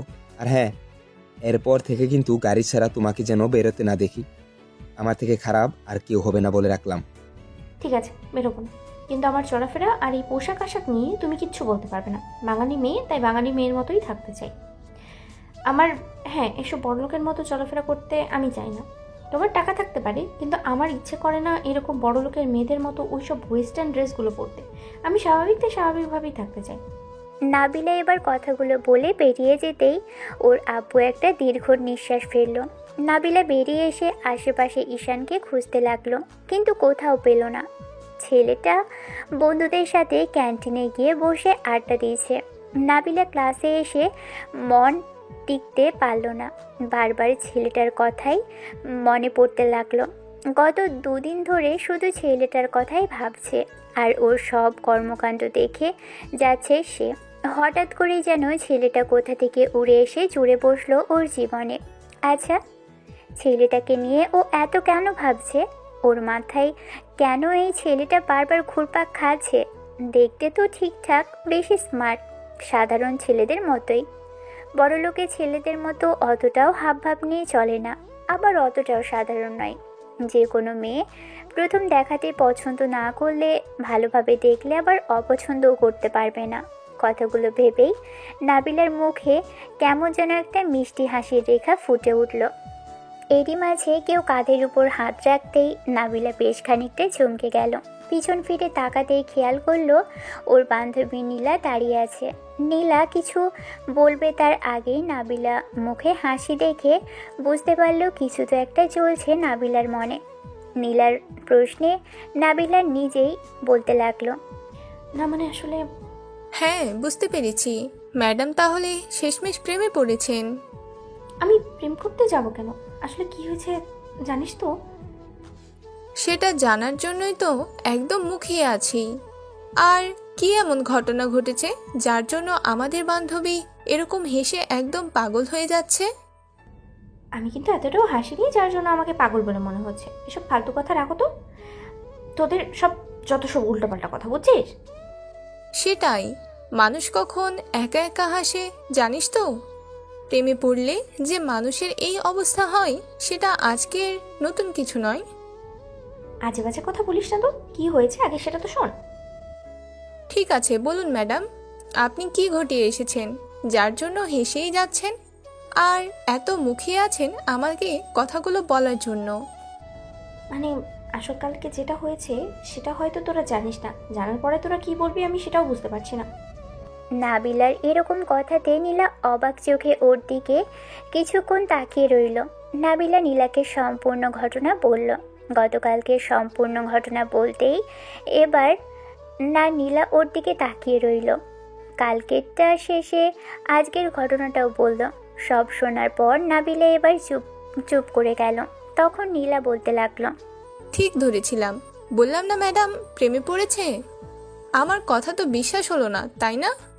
প্রেমে পড়লেই মানুষ এরকম করে, আর একা একাই কি সব ভাবে। আজকে সেটা দ্বিতীয়বার প্রমাণ হলো। প্রথমবার প্রমাণ হয়েছিল রিয়া যখন প্রেমে পড়েছিল, আর আজকে দ্বিতীয়বার প্রমাণ হচ্ছে। লোহা গরম থাকতে থাকতেই হাতুড়িটা মেরে দাও বান্ধবী। ফালতু কথা বলিস না তো, সেটার সাথে আমার দুবার দেখা হয়েছে। ওকে আমি ভালোবাসি কিংবা আমাকে পছন্দ করি এরকম কিছুই না। তোরা শুধু শুধু এসব কথা বলছিস, সবটা দেখবি আবার আগের মতোই হয়ে যাবে। ছেলেটার কথাই এরকম মনে হচ্ছে নাকি? তুই ওকে এরকম করে ফিরিয়ে দিলে বা ইগনোর করলে বলেই এরকম মনে হচ্ছে? না মানে বলছিলাম যে ও তো বললো যে আমার পেছনে পড়ে থাকবে না, আর ওইসব পছন্দও না। আমাদের যেটা পছন্দ না সেটা হবে না তার তো কোনো মানে নেই। সেটাও তো হতে পারে, তাই না? যেটা আমরা পছন্দ করি না, আমরা যা চাই না লাইফে, সেটাও অনেক সময় হয়। আমরা যেটা খুব কনফিডেন্সের সাথে বলি যে এটা হবে না, এটা আমার দ্বারা পসিবল না, সেটাই অনেক সময় হয়ে থাকে। তেমন কিছুই হচ্ছে, তাই আজকেও হয়তো তেমন কিছুই হচ্ছে। তোর কথার মানে কিন্তু আমি কিছুই বুঝতে পারছি না। শর্টকাট কথাই বললাম, তুমি প্রেমে পড়েছ, কিন্তু মামনির আমার কথা বিশ্বাস হচ্ছে না। আমি ওসব নিয়ে কিছুই ভাবিনি। ছেলেটার সাথে আমার দুইবার দেখা হলো, ওর কথা একটু ভাবছি। আর তোকে বললাম তার মানে এই না যে ওর প্রেমে পড়তে হবে, আর ওকে আমি ভালোবেসে ফেলেছি। ভালোবাসা কি বলে কয়ে হয় নাকি? কালকে থেকেই নাকি ওর সাথেই দেখা হচ্ছে? আর এত বড় একটা হেল্প করেছে ছেলেটা, বিনিময়ে ওকে তো একটু ভালোবাসাই যায়, তাই না? ফালতু কথা সব। একটু বাঁচালো আর একটু হেল্প করলো তাই প্রেমে পড়তে হবে, তেমন কিছুই না। হেল্পের থেকে ভালোবাসার মূল্যটা কিন্তু অনেক বেশি। ভালোবাসা বলে কয়ে হয় না, সেটা আমি জানি। আমি ওকে ভালোবাসি এরকম কিন্তু কোনো প্রমাণ তোদের হাতে কিংবা আমার হাতেও নেই। এসব কথা বলিস না তো। আজ বাদে কাল সবটা ভুলে যাব, আর তখন এসব কথা মনেও থাকবে না। একই কলেজে আর ক্যাম্পাসে থাকি, তাই দেখা হতেই পারে। তাই বলে যে সবসময় ওকে নিয়ে ভাববো তেমন কোনো কথা নেই। আচ্ছা ঠিক আছে, তবে তোদের দুজনের মাঝে প্রেম হবে দেখিনিস। ছেলেটা জুনিয়র ভেবে যদি ওকে দূরে সরিয়ে থাকিস তাহলে ভুল করবি। আজকাল এসবের মানুষ তেমন কোনো পাত্তা দেয় না। তাছাড়া সিনিয়র জুনিয়র হলেই তো প্রেমটা আরও মাখো হয়। নীলার কথাতে নাবিলার প্রচুর পরিমাণে লজ্জা লাগলো, তাই ও কোনো কথাই বলতে পারছে না। মেয়েটা কিছুক্ষণ চুপ করে থেকে তারপর সেখান থেকে চলে গেলে নীলা ওর পিছন পিছন বেরোলো ক্লাস থেকে ওকে ডাকতে ডাকতে। দুজনেই ক্যান্টিনে চলে আসলো। এসে দেখে অনেকেই বসে আড্ডা দিচ্ছে। নাবিলা নীলা ক্যান্টিনে ঢুকতেই কিছুটা দূরে নাবিলার চোখ পড়ল। ঈশান ওর বন্ধুদের সাথে আড্ডা দিচ্ছে। নাবিলা ঈশানের দিকে ফ্যাল করে তাকিয়ে রইল। ঈশান এদিকে খেয়াল করেনি। এবার এমন কিছু দেখে নীলা কিছুক্ষণ পর্যবেক্ষণ করলো। বুঝে গেল নাবিলা ছেলেটার দিকে তাকিয়ে আছে। ওর হাসাহাসি করে কথা বলা, বন্ধুদের সাথে সব মিলিয়ে যেন ওকে একদম অদ্ভুত রকমের একটা ভালোবাসার অজানা অনুভূতিতে নতুন করে শিখতে কিংবা জানতে সাহায্য করছে। এবার এমন কিছু দেখে নীলা নাবিলাকে একটু গুঁতো মেরে বলতে লাগলো, ও, তার মানে এটাই আমাদের দুলাভাই, তাই তো? নীলার কথাতে নাবিলার ঘোর কাটলেই ও রাগী চোখে নীলার দিকে তাকালো। নীলা এবার দাঁত বের করে হাসি দিল। নাবিলাকে কিছু বলতে না দিয়ে নিজেই বলল, বলছিলাম কি, যেহেতু দুজন দুজনকে পছন্দ করিস, প্রথম দেখাতেই প্রেমে পড়ে গেছিস, তাহলে দুলাভাইয়ের সাথে একটু কথা বললে হতো না? সেই তখন থেকে দেখছি কি সব আবল তাবল বলছিস। তোর কি মাথা খারাপ হয়ে গেছে নাকি নাকি পেট খারাপ হয়ে গেছে? সব আজগুবি কথা কেন বলছিস সেই থেকে? শোন, আমার মাথাও খারাপ না আর পেটও খারাপ না, যেটা সত্যি সেটাই বলছি। আর ছেলেটাকে দেখতে কিন্তু হেব্বি। আমার মনে হয় আমি ওকে ক্যাম্পাসে কয়েকবার দেখেছি। বেশ ভালো ছেলেই বলা চলে, কারণ কয়েকবার দেখেছি কতগুলো বদমাইশ ছেলেদের পিটিয়েছে। তারপর ওদের ফ্রেন্ড সার্কেল বেশ নামডাক আছে ওই কলেজে। দেখতে শুনতে বেশ ভালো, তাছাড়া ব্যবহার আচারের দিক দিয়েও অনেক ভালো। তাই বলছিলাম কি, যদি কোনো সমস্যা না থাকে তাহলে প্রেম করতে পারিস, এতে কোনো বাধা নেই। তোর যত সব আজে বাজে কথা, আর এসব কথা বলতে হয় না, জানিস না? সিনিয়র একটা মেয়েকে ও কি করে প্রপোজ করবে, আর আমিও বা সিনিয়র একটা মেয়ে হয়ে ওর সাথে কিভাবে প্রেম করব? এসব হয় না, তুই বুঝতে পারছিস না? হ্যাঁ, তোমার ডিকশনারিতে তো হ্যাঁ বলতে কিছু নেই, সব কিছুতেই না মনে হবে। আর মনে হবে যে আমি একটু বাড়িয়ে বাড়িয়ে বলছি, আর নয়তো তুমি না করে বসে থাকবি। দেখ, এত বাদ বিচার করলে চলে না। ভালো লাগলে এত সমস্যা কোথায়? সেই তখন থেকে দেখছি তুই ওকে দুলাভাই দুলাভাই করেই ডাকছিস। কেন, তোর কি কোনো কাণ্ডজ্ঞান নেই? মার খাবি বলে দিলাম কিন্তু। চল না একটু কথা বলে আসি। কথা বলতে তো কোনো দোষ নেই, তুই তো শুধু শুধু রাগ দেখাচ্ছিস। ও আমাদের দুলাভাই হবেই, তাই আগেই না হয় একটু দুলাভাইয়ের সাথে কথা বলে নিই। নীলা নাবিলাকে আর কিছু বলার সুযোগ না দিয়ে ওর হাত ধরে টানতে টানতে এবার ঈশানের পাশে এনে দাঁড় করালো। হঠাৎ এমন কিছু ঘটাতে ঈশান বেশ খানিকটা হকচকিয়ে গেল। কিছু বুঝে ওঠার আগেই ওর বন্ধুরা মেয়ে দুটোর দিকে ট্যাপ ট্যাপ করে তাকাতেই এবার ঈশানও ওদেরকে ইশারা করতে ওরাও ইশারা করলো মেয়ে দুটোর দিকে দেখতে। ঈশান পাশ ফিরে তাকাতেই দেখে ওর পাশে নাবিলা দাঁড়িয়ে আছে। অপলক নয়নে মেয়েটা ওর দিকে তাকিয়ে আছে। এমন কিছু দেখে ঈশান কিছুক্ষণের জন্য অথবা ওর দিকে অর্থাৎ নাদিয়ার বান্ধবী বলে উঠল, আপনি ঈশান, রাইট? হ্যাঁ, কিন্তু আপনি আমাকে চিনেন কি করে? আমি যে ঈশান সেটা আপনাকে কে বলল? কে আর বলবে, আমাদের বান্ধবী বলেছে। কাল থেকে আপনার আর আমার বান্ধবীর সাথে যা হচ্ছে, দুজনের মাঝে যে কিছু একটা হবে সেটা আমি খুব ভালো করে বুঝতে পারছি। আর হ্যাঁ, একটা কথা, আমার বান্ধবী তো মনে হয় আপনার প্রেমে পড়ে গেছে। কী সব একা একাই বলে, আবার কী সব একাই বিড়বিড় করতে থাকে। সবসময় আপনাকে নিয়ে ভেবে হেসে একদম পাগল হয়ে যাচ্ছে। অপলক নয়নে মেয়েটা ওর দিকে তাকিয়ে আছে। এমন কিছু দেখে ঈশান কিছুক্ষণের জন্য অথবা ওর দিকে অর্থাৎ নাবিলার বান্ধবী বলে উঠল। কারো আগমনে ঈশান একটু চমকে গেলেও পরবর্তীতে মেয়েটার এরকম দ্বারা কথাতে যেন অবাকের উপর অবাক হয়েছে। মেয়েটা এরকম কিছু বলবে ও কল্পনাও করতে পারেনি। কিছুক্ষণ যাবৎ ঈশান নাবিলার দিকে তাকিয়ে রইল।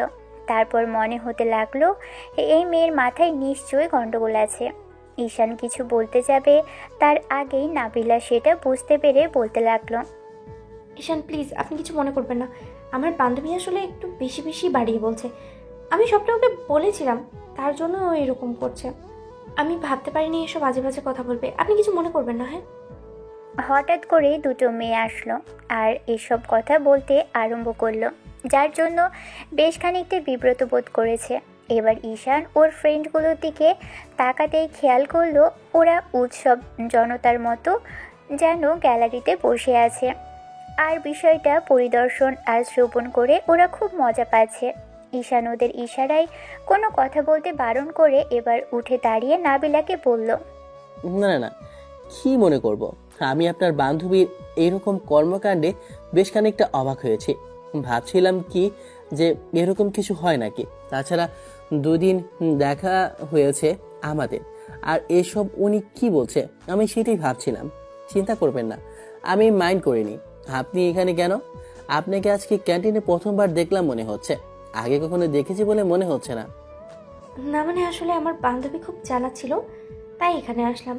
আর এখানে এসে আপনাকে দেখার পরও ও দৌড়ে আপনার কাছে আসলো আর সব কথা বলতে আরম্ভ করেছে। আপনি কিছু মনে না করলে আমাদের সাথে বসতে পারেন, আড্ডা দিতেও পারেন আমাদের সাথে। ওরা সবাই আমার ফ্রেন্ড, ওরা সব সময় আমারই মতো, ওরা সব আমারই মতো। আসলে ওরা মেয়েদেরকে খুব সম্মান করে, তাই আপনাদের সমস্যা হবার কথা না। শিওর ভাইয়া, আসলে আমাদের তেমন কোনো বন্ধু নেই, অন্য জায়গায় থেকে ট্রান্সফার নিয়ে আসছি, তাই আর কি তেমন করে কথা বলা হয় না কারোর সাথে। তার উপরে যদি আপনাদের সাথে সম্পর্ক গড়ে ওঠে তাহলে তো আর কথাই নেই। হ্যাঁ শিওর, আপনারা বসতে পারেন, আমাদের কোনো আপত্তি নেই। নাবিলা নীলার দিকে রাগি চোখে তাকাতেই এবার ঈশান বিষয়টা বুঝতে পারল। আর কিছু না বলে এবার নীলাকে উদ্দেশ্য করে বলতে লাগলো, আপনার বান্ধবী হয়তো বা বিষয়টা ভালোভাবে মেনে নেয়নি। আপনারা না চাইলে বসতে হবে না, অন্য কোথাও গিয়ে বসুন। ঈশান বন্ধুদের সামনে বসে পড়ল। তারপর আবারও বলতে লাগলো, হ্যাঁ আমি বলছিলাম, গতকালকে থেকে তাদের কোনো খোঁজ খবর পাচ্ছি না। আমাকে রেখে কোথাও ঘুরতে গিয়েছিলে নাকি তোরা? ঘুরতে কেন যাব? তাছাড়া তোর এই অবস্থা শুনেই আর কোথায় যাওয়া হলো না, তাই তেমন করে ভাবা হয়নি এই বিষয়টা নিয়ে। সামনের সপ্তাহে সবাই মিলে কোথাও একটা বের হলে বেশ ভালো হয়। নীলার এমন আগ্রহের পর যখন নাবিলা এরকম ইগনোর করলো তখন নীলার বেশ খানিকটা খারাপ লেগেছে। মেয়েটার এক মুহূর্ত সেখানে দেরি করেনি, ও সেখান থেকে বেরিয়ে গেল। তারপর আর কোনো কথা না বলে ক্লাসের দিকে চলে যেতেই এবার নাবিলার পিছন পিছন আসলো। ঈশান আর ওদের দিকে তাকালো না। তখন ঈশানের বন্ধুরা বলতে লাগলো, ঘটনা কি বলতো? এই মেয়েটার সাথে নাকি তোর দেখাই হয়ে যাচ্ছে বারবার। তার উপর আজকে আবার মেয়েটার সাথে কলেজে ক্যাম্পাসে এসে দেখা হয়ে গেল। ডালমে কুছ কালা হে নাকি অন্য কিছু আছে বন্ধু? না রে, ওই একটু দেখা হয়ে গিয়েছিল, তাই আর কি। অত ভাবনা চিন্তা করে লাভ নেই। মেয়েটা আমার থেকে সিনিয়র, তার উপর নাকি প্রেম ভালোবাসা নিয়ে কোনো ইন্টারেস্ট নেই। তাই আমি আর ওকে কোনো কোনো রকম বিব্রত করিনি। ও যেটা ভালো মনে করে সেটাই করুক। নিজে আমাকে আগে থেকেই বলে দিয়েছে যেন আমি ওর পেছনে পড়ে না থাকি। আমার কি খেয়ে দিয়ে কোনো কাজ নেই নাকি আমি ওর পিছনে পড়ে থাকবো? যখনই মেয়েটা বলেছে ও এসব পছন্দ করে না, মনে করেছিল যে আমি এরকম কোনো সুযোগ নেব কিনা, তাই আগেই বারণ করে দিয়েছে। আমিও বলে দিয়েছি যে আমি এরকম কোনো সুযোগ ওর সাথে নেব না। তাছাড়া যে আগে থেকে সতর্ক করে দিয়েছে তার পেছনে পড়ে থাকার কি দরকার? শুধু শুধু সময় নষ্ট করতে চায় না। তোর তো জানিস এই প্রেম ভালোবাসার উপর আমার কোনো বিশ্বাস নেই। গতকালকে থেকে যা শুনছি মনে হচ্ছে তোদের মাঝে প্রেম ভালোবাসাটা খুব শীঘ্রই হবে। সেটা ঠিকই হবে, খামোখা এড়িয়ে যাওয়ার চেষ্টা করলেই বা কি হবে? রাগ তো এসব কথা, মেয়েটাকে জাস্ট হেল্প করেছিলাম আর ও আমাকে হেল্প করলো, এর থেকে তো বেশি কিছু নয়। বড় কথা কি জানিস, আমি চাই না এরকম কিছু, তাহলে কেন ওর পেছনে ঘুরতে যাব? দেখলি তো এখানে এসে কিরকম অহংকার দেখালো। আর একটা কথা তো তোদের বলতেই ভুলে গিয়েছি, ম্যাডাম আবার প্রিন্সিপালের মেয়ে, জানিস তো। আজকে প্রিন্সিপাল আমাকে ডেকেছিল, তারপর যখন দেখা করলাম তখন দেখলাম যে উনি গিয়ে আগে থেকে বসে আছে। বলিস কিরে, তাহলে তো সমস্যা আছে। করে থাকা তো দূরে থাক, এর থেকে সবসময় দূরে দূরে থাকতে হবে। না হলে তো প্রিন্সিপালকে চিনিস, একেই আমাদের দেখতে পারে না। তার উপর যদি জানতে পারে আমি প্রিন্সিপালের মেয়ের পেছনে পড়ে আছি, তাহলে দেখবি আর আমাদের কলেজে ঢুকতে দেবে না। আমাকে কি পাগলা কুকুরে কামড়াইছে নাকি যে আমি আশেপাশে গিয়ে ঘুরঘুর করব? আমার কি খেয়ে দিয়ে কোনো কাজ নেই নাকি? ওকে প্রেম ভালোবাসার অফার করতে যাব, ওর পেছনে পড়ে থাকবো? এসব কথা তোরাই বলছিস, আর তোরাই আমাকে দূরে থাকতে বলছিস। মেয়েটার বান্ধবী আসলো কথা বলতে, আর উনি এরকম করে অপমানজনক একটা কাজ করলো। মেয়েদেরকে বিশ্বাস করা তো দূরে থাক, ওদের থেকে দূরে থাকাই ভালো, জানিস তো। ওর সাথে কথা বলিনি, সকালে দেখা হলো নিজে থেকে এসে কথা বললো। যখন ওর সাথে দেখা করতে গেলাম তখন মেয়েটা নিজেই কথা বলেছে। আমি কি ওকে একবারও ডেকে পাঠিয়েছিলাম কথা বলতে? একজন আসলে তো তাকে আর ফেরত দেওয়া চায় না, তার সাথে কথা না বলে বেয়াদবির পরিচয় দেওয়া হয়। আর মেয়েদের খুব সম্মান করি, তাই কোনো কথা আমি শুনলাম না। অন্য কোনো ছেলে হলে এতদিনে 4-5টা কথা শুনিয়ে দিত, কিন্তু আমি সেটা করিনি। ওই যে বললাম মেয়েদের সম্মান করি, মেয়েরা যতই বেয়াদবি করুক তাতে আমি কিছু করতে পারি না। যদি জানতাম আমার সাথে কিছু হবে তাহলে আমি নিজে থেকে ওর থেকে দূরে সরে থাকার চেষ্টা করব। তারপর দেখি কি করে কি হয় আর কিভাবে আমাদের মাঝে কথা হয়। বললাম বলে এরকম রাগ দেখাচ্ছিস? মেয়েটা দেখতে তো বেশ কিউট আছে, তোর সাথে মানা তো ভালো। ভাবি হিসেবে আমাদের মেনে নিতে কোনো সমস্যা নেই। আন্টি আঙ্কেল কিন্তু একবারে পছন্দ করবে বলে দেখ। তুই বলিস ওরা তো চাচ্ছে না, খামোখা এসব কথা বলার কি দরকার? তাছাড়া প্রিন্সিপালের মেয়ে বুঝতে পারছি যে কি করতে পারে। তার উপর প্রিন্সিপাল জানে যদি ঈশান ওনার মেয়ের প্রেমে পড়েছে তাহলে তো আর দেখতে হবে না। ঈশান বন্ধুদের কথা মতো সেদিন থেকেই সিদ্ধান্ত নিল মেয়েটার সাথে আর কথা বলবে না। ক্যাম্পাসে দেখা হলে হয়তো কথা বলতে আসবে, কিন্তু ক্যান্টিনে সবার সামনে এরকম একটা কাণ্ড না ঘটালেও পারত। ঈশানের খুব মাইন্ডে লেগেছে। আজ অবধি কোনো মেয়ে ওকে ইগনোর করতে পারেনি, কারণ দেখতে বেশ খানিকটা কিউট কিনা, আর সবাই সব সময় হেল্প করে।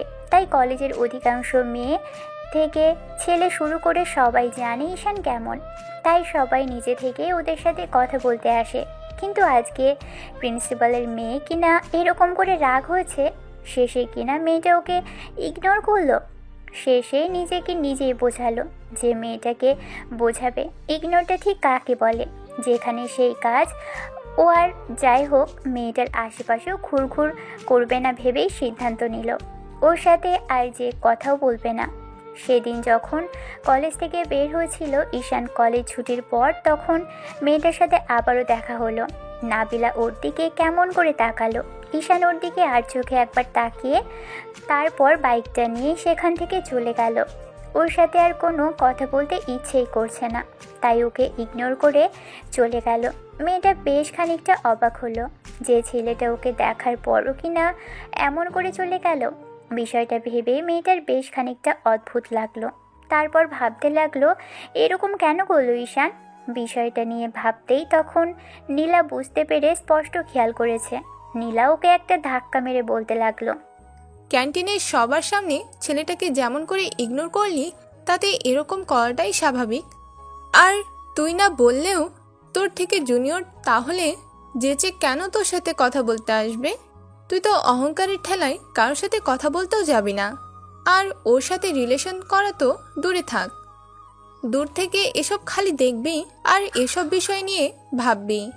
খামোখা নিজের মাথার চুলগুলো উঠিয়ে কাজ নেই। এখন বাসার দিকে চল। নাবিলা কেমন করে যেন তাকাতেই নীলা আর পাত্তা না দিয়ে বাহিরে চলে গেল। নাবিলা সেখানেই 5 মিনিট যাবৎ দাঁড়িয়ে থেকে ভাবতে লাগলো, তাহলে কি সত্যিই ও ছেলেটার প্রেমে পড়লো, নাকি নীলাই বাড়িয়ে বাড়িয়ে বলছে। কিন্তু কেন জানি একটু খারাপ লাগা কাজ করলো যে ছেলেটা ওকে দেখেও না দেখার মতো করে এগিয়ে চলে গেল। তাহলে কি ক্যাম্পাসে এরকম করে কথাগুলো বলাতেই ছেলেটা খুব বেশি খারাপ লেগেছে? বিষয়টা ভাবতেই আর সেখানে থাকতে পারল না। বাইরে এসে গাড়িতে উঠতেই ড্রাইভার বাসার দিকে যেতে বলল। এমন করে পুরো 15টা দিন কেটে গেছে। এর মাঝে নাবিলার সাথে ঈশানের বারবার দেখা হয়েছে। যতবার যত জায়গায় দেখা হয়েছে, নাবিলা ঈশানের দিকে তাকাতেই ঈশান সেখান থেকে কেমন করে যেন এড়িয়ে চলে গেছে। ওকে দেখেও না দেখার মতো এড়িয়ে গেছে। আর যতবার নাবিলা নিজে থেকে কথা বলার চেষ্টা করেছে, কিন্তু ঈশান নিজের মতো করে এড়িয়ে গেল। বিষয়টা ভাবলে নাবিলার কেমন যেন একটু খারাপ লাগা কাজ করতে লাগলো। আর এই 15টা দিনে মেয়েটা কোনো কাজেই মনোযোগ দিতে পারেনি। শেষে কিনা একটা জুনিয়র ছেলে নাবিলার মতো এত সুন্দরী একটা মেয়েকে ইগনোর করছে। ভাবতেই রাগ হচ্ছে মেয়েটার। কথাগুলো ড্রেসিং টেবিলের সামনে বসে মেয়েটা ভাবছিল বারবার মনে, তাহলে এত সুন্দরী চেহারা দিয়ে কী বা হবে? যাকে পছন্দ করে সে যদি ওর দিকে ফিরেও না তাকায়। আর সত্যি কি ও তাহলে ছেলেটাকে পছন্দ করে? কেন জানি মনে হচ্ছে খুব তাড়াতাড়ি নীলার কথাগুলো সত্যি হবে। এটা সত্যি হতে চলেছে। কথাগুলো ভাবতেই নাবিলার বুকটা ধক করে উঠল। শেষে কিনা জুনিয়র একটা ছেলের প্রেমে পড়ল। কিন্তু সেদিন তো মানা করে দিয়েছিল, বলেছিল ও এসব পছন্দ করে না। তাহলে কি নীলার কথা সত্যি, যে মানুষ যেটা বারণ করে কিংবা করবে না বলে সেটাই পরবর্তীতে করতে বাধ্য হয়? আজকে কি সেটাই হতে যাচ্ছে? কথাগুলো ভেবেই যেন নাবিলা পাগল হয়ে যাচ্ছিল। কলেজে যাবে ভেবেছিল নাবিলা, কিন্তু এসব কথা মাথার মধ্যে ঘুরপাক খেয়ে বেজায় পরিমাণে মেজাজটা খারাপ হলো। এত কেন ভাবছে ছেলেটাকে নিয়ে? কথাগুলো মনে হতেই আর কলেজে যাওয়া তো দূরে থাকবে। আচ্ছা, গত 5টা দিন যাবৎ নাবিলা এসব বিষয় নিয়ে একদম ভেবে ভেবে পাগল হয়ে যাচ্ছে। তার উপর ঈশানের ওই ইগনোর, যেটা ওকে একদম অস্থির করে তুলেছে।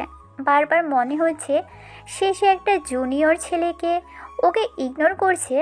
এটা ওর পক্ষে কেন অন্য কোনো মেয়ের পক্ষেও মেনে নেওয়া সম্ভব না।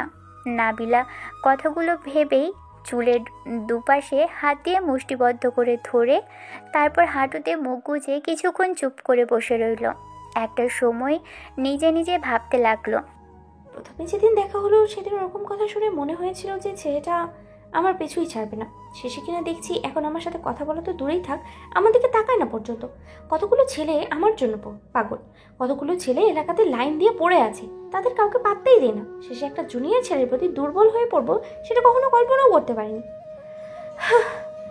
আচ্ছা, তাহলে কি নীলাই ঠিক বললো যে কাউকে ইগনোর করার চেষ্টা করলে কিংবা কারোর প্রতি অনুভূতি সৃষ্টি করলে তাকে থেকে দূরে থাকা যায় না?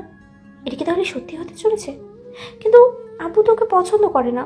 যদি আমি এরকম কিছু করেও বসি তাহলে আব্বু কখনোই ওকে মানতে পারবে না।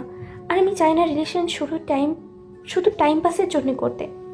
আমি না কখনো কাউকে বিশ্বাস করতে পারবো আর না করতে পারতাম, কিন্তু কেন জানি ওকে দেখার পর থেকে বিশ্বাস করতে ইচ্ছে করছে। গত কয়েকদিন যাবৎ ছেলেটার সম্পর্কে যতটা খোঁজখবর জানতে পেরেছি, ওর সম্পর্কে যতটা পজিটিভ নিউজ পেয়েছি, তাতে যে কোনো মেয়ে ওকে প্রথমবারই পছন্দ করবে, প্রথম দেখাতেই ভালোবাসবে।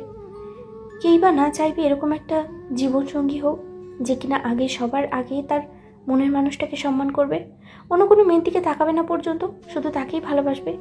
তাহলে আমি কি ভুল করেছি? ওকে দূরে সরিয়ে দেওয়ার কি চেষ্টা করে ভুল করছি আমি? নাবিলা চোখ জোড়া আপনা আপনি ভিজে ওঠে। ঈশানের কথা কত কয়েকদিন যাবতই মাথায় ঘুরপাক খাচ্ছে। তারপরও যখন মনে হতে লাগলো যে অহংকার আর রাগের বশে ও ছেলেটাকে দূরে সরিয়ে দিচ্ছে না, ঈশানের থেকে ও নিজেই দূরে সরে যাচ্ছে। আচ্ছা, সত্যি করে যদি ঈশান অন্য কোনো মেয়ের সাথে রিলেশনে জড়িয়ে যায় কিংবা কাউকে সত্যি সত্যি ভালোবাসে আর তার সাথে জীবনটা জড়িয়ে ফেলে, তখন নাবিলার কি হবে? কথাগুলো ভেবেই বুকের ভিতর কেমন ধক করে উঠল। নাবিলা আর কিছু ভাবতে পারছে না। মনে হচ্ছে ঈশানের জন্য বোধহয় পাগল হয়ে যাবে। পরদিন নাবিলা কলেজে আসলো সুন্দর করে সেজে। মেয়েটা আজ অবধি কলেজে এমন করে আসেনি, মনে হচ্ছে কোনো অনুষ্ঠানে এসেছে নাবিলা। নীলা হাঁ করে নাবিলার দিকে তাকিয়ে আছে।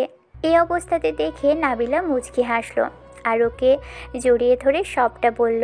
সব শোনার পর নীলা ওর গালে একটা টুস করে চুমু খেয়ে বলল, সত্যি সোনা, আমি তো ভাবতেই পারিনি যে তুমি সত্যি সত্যি এরকম কিছু করে ফেলবি।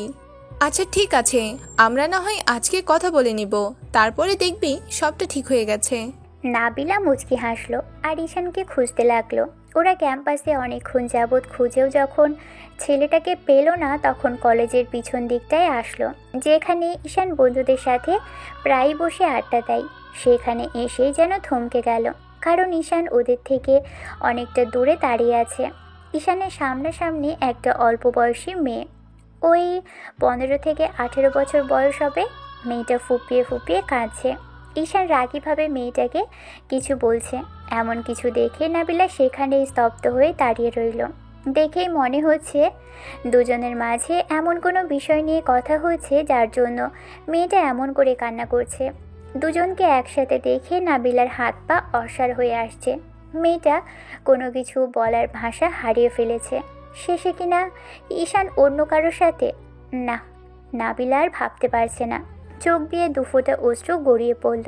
হাতের উল্টো পিঠ দিয়ে চোখ জোড়া মুছে নিয়ে সেখান থেকে চলে যেতে গেলে নীলা ওর হাত ধরে আটকে দিল আর বলতে লাগলো, সব কিছু না জেনে না শুনে আগেই ভেবে নেওয়াটা কিংবা বিচার করা ঠিক না। নাবিলা, এখানে অন্য কোনো বিষয়ও হতে পারে। আর মেয়েটাকে দেখে যতদূর মনে হচ্ছে ঈশানের থেকে জুনিয়র হবে, আর ওর কারোর সাথে সম্পর্ক আছে বলে আমি এই কয়েকদিনে জানতে পারিনি। মেয়েটার সাথে আজকে ওকে প্রথমবারই দেখছি, দেখে মনে হচ্ছে রাগারাগি হচ্ছে। ওর তো গার্লফ্রেন্ড নাও হতে পারে। আমি বুঝতে পারছি তোর মনের অবস্থা, তারপরও একটাবার কি তোর কথা বলা উচিত নয়? কি কথা বলবো? তুই তো দেখতেই পাচ্ছিস মেয়েটার সাথে ও কিভাবে কথা বলছে। মেয়েটা কান্না করছে আর মেয়েটা ওর হাত ধরে আছে, এরপরেও বলছি ওরা গার্লফ্রেন্ড বয়ফ্রেন্ড নয়। আমি এরপরেও কি করে ওর সামনে গিয়ে দাঁড়াবো না? আমি তো নিজেই আমার রাস্তাটা নষ্ট করে দিয়েছি, কিন্তু তুই তুই ঠিকই বলেছিস, আমাকে কথা বলতে হবে। আমি শুধু এটুকুই জানতে চাইবো, ও তাহলে আমাকে কেন মিথ্যে বলেছিল? ওর এগুলো পছন্দ না, ও শেষে কিনা একটা জুনিয়র মেয়ের সাথে রিলেশনে জড়ালো। তাহলে সেদিন আমাকে এই কথা বলে আশায় রাখার কি দরকার ছিল? নাবিলা, ঈশান ওইরকম কিছুই করেনি। তুই নিজেই ওকে ইগনোর করছিস, আর তুই নিজেই ওকে দূরে সরিয়ে দিয়েছিস। তুই যদি বলতি সেটা ও ভেবে দেখতো। ও তোর পেছনে পড়ে থাকলে তুই ওকে ঘোরাতি, কিন্তু তুই নিজে থেকেই সব রাস্তা বন্ধ করে দিয়েছিস। এখন অন্তত একটু কথা বলে দেখ, ওদের মাঝে কি সম্পর্ক, তারপর না হয় নিজে থেকেই সরে যাস। নীলা নাবিলাকে সান্ত্বনা দেওয়ার জন্য কথাগুলো বলল। নাবিলা নীলার দিকে একবার তাকিয়ে চোখ জোড়া মুছিয়ে দিয়ে ঈশানের দিকে দ্রুত পায়ে এগিয়ে গেল। নীলা বুঝতে পারল নাবিলা ঝামেলা একটা করবে, তাই ওর পিছন পিছন আসলো। কিন্তু ততক্ষণে নাবিলা এসে ঈশানের মেয়েটার পাশে দাঁড়িয়ে পড়েছে। এমন কিছু দেখে ঈশান হকচকিয়ে গেল। নিমেষের মধ্যে একবার নাবিলার দিকে তাকিয়ে তারপর আবারও সামনে থাকা মেয়েটার দিকে ফিরতেই এবার নাবিলা হুটহাট করে শার্টের কলার ধরে নিচের দিকে ফেরালো। অবাক চোখে মেয়েটার দিকে তাকাতেই এবার নাবিলা ও শার্টের কলার দুটো চেপে ধরে বলতে লাগলো, কি সম্পর্ক ওর সাথে তোমার? সেদিন বলেছিলে তোমার কারোর সাথে কোনো রিলেশন নেই, আর তুমি এগুলো পছন্দ করো না, তুমি প্রেম ভালোবাসার প্রতি বিশ্বাস করো না। শেষে শেষে কিনা একটা জুনিয়র মেয়ের সাথে সম্পর্কে জড়ালে। তাহলে সব কী ছিল? আমাকে এতদিন যাবৎ ইগনোর করে তোমাকে ভালোবাসতে বাধ্য করে এখন ওর সাথে সম্পর্কে জড়িয়েছো। কেন করলে আমার সাথে এরকমটা? আমি বারণ করেছিলাম সেই জন্য শাস্তি দিতে, আমাকে আমাকে মারতে বকতে, তারপরেও ভালোবাসতে। কিন্তু এসব কি করে পারলে তুমি? এই মেয়েটাকে ভালোবাসতে, শেষে আমাকে ভালোবাসতে বাধ্য করে এখন দূরে সরিয়ে দিবে। আমি কি এতটাই ভুল করেছি? সেদিন ওই কতটুকু বলে জীবনে কাউকে সহ্য করতে পারিনি, কোনো ছেলেকে আমি বিশ্বাস করতে পারিনি বলে কখনো পারবও না, সেটা সেটা কিন্তু নয়। তুমি সবটা বাধ্য করে এখন নিচে থেকে দূরে সরে গেলে। কেন করলে এরকম আমার সাথে? আমি কি করে থাকবো এখন তোমাকে ছাড়া ঈশান? নাবিলা কথাগুলো বলে ঈশানের বুকে মাথা ঠেকিয়ে কেঁদে উঠল, ফুপিয়ে ফুপিয়ে উঠছে। ওর সামনে দাঁড়িয়ে থাকা মেয়েটার দিকে ঈশান একবার তাকাতেই মেয়েটা ফ্যাল করে ওর দিকে তাকিয়ে রইল। এরই মাঝে নীলা এসে কিছু বলতে যাবে তার আগেই ঈশান নাবিলাকে ছাড়িয়ে নিল। ওর থেকে দূরে গিয়ে বলতে লাগলো, কি সব আজে বাজে কথা বলছেন আপনি? মাথা ঠিক আছে আপনার? প্রিন্সিপালের মেয়ে হয়ে একটা সাধারণ ছেলে, তার উপর যে কিনা জুনিয়র, তাকে এসব কথা বলতে আপনার বিবেককে বাঁধলো না? আপনি খুব ভালো করে জানেন আপনার আব্বু আমাকে ঠিক কতটুকু অপছন্দ করে, আর সব কিছু না জেনে না শুনে। আর কি জানবো, আর কি শুনবো ঈশান? ও তোমার গার্লফ্রেন্ড, সেটাই তো। তুমি আমাকে বলতে পারতে যেন আমি তোমার থেকে দূরে থাকি। আমি তো চেয়েছিলাম দূরে থাকতে। সেদিন ক্যান্টিনে ওই রকম করে কথাটা বলাতেই তুমি এতটা রেগে যাবে আমি ভাবতেও পারিনি। অন্য কারোর সাথে রিলেশনে জড়িয়ে যাবে সেটা কোনো কল্পনাও করিনি। শেষে শেষে আমি তোমাকে ভালোবাসলাম, আর তুমি কিনা এই মেয়েটাকে। জাস্ট শ্যাট আপ, আর একটা বাজে কথাও বলবেন না। ভাইয়া তুমি শান্ত হও, আমি ওনাকে বলছি উনি তোমাকে ভুল বুঝে। আমি বুঝতে পারছি যে তোমাদের মাঝে কোথাও একটা ভুল বোঝাবুঝি হচ্ছে। তুই চুপ থাক, তুই কিছু বলতে হবে না। তোর সাথে কথা বলতে ইচ্ছে করছে না। তুই এত বড় একটা বিষয় আমার থেকে লুকিয়ে গিয়ে এখন কি না আবার আমার মুখে মুখে কথা বলা হচ্ছে? একদম চুপ, তোর সাথে আমি কোনো কথা বলতে চাইছি না। ভাইয়া মানে? আপু, আপনি ওনার গার্লফ্রেন্ড না?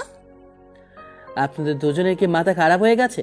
কারোর সাথে একটু রাগারাগি করে কথা বলে কেউ কারোর সামনে দাঁড়িয়ে কান্নাকাটি করলে সে গার্লফ্রেন্ড হয়ে যায় না। ওর বয়সটা দেখেছেন? মাত্র 16 কি 17, ইন্টার ফার্স্ট ইয়ারে পড়ে। ও আমার বোন। আপনি কি সেটা একটু বুঝতে পারছেন না? মেয়েটা আমাকে ভাইয়া কেন ডাকছে সেটা কি আপনাদের মাথায় কাজ করছে না? আসলেই মেয়ে মানুষের মাথায় আসলেই বুদ্ধি নেই। আপনারা বুঝতে পারছেন না ও আমাকে ভাইয়া ডাকছে? ও আমার বোন, আপন নয়, তবে পাতানো হলেও আপন বোনের মতোই। কলেজে যেদিন প্রথম এসেছিল সেদিনই ওর সাথে কিছু ছেলে মিসবিহেভ করে, তখন আমি ওকে ছেলেগুলো থেকে প্রোটেস্ট করেছিলাম। তারপর থেকে ও আমাকে ভাইয়া ডাকে, আর আমি ওকে বলেছিলাম আমার কোনো বোন নেই, ও আমার বোন হবে কিনা। মেয়েটা আমাকে ভাইয়া ডাকার মতো একটা অধিকার দিয়েছিল, আর তাকে নিয়ে কিনা আপনি আমাকে সন্দেহ করলেন। আর হ্যাঁ, আপনি সন্দেহ করলে কি আর না করলেই বা কি, তাতে আমার কিছু যায় আসে না। কিন্তু আপনি যেটা করলেন সেটার জন্য আমি কখনোই আপনার সাথে কথা বলা তো দূরে থাক, আপনাকে কখনো মাফ করব না। আজকে ভাই বোনের সম্পর্কটাকে এরকম করে দেখার জন্য আপনার প্রতি আমার ইচ্ছা হচ্ছে আপনাকে ঘৃণা করতে। নাবিলা চুপ করে তাকিয়ে রইল।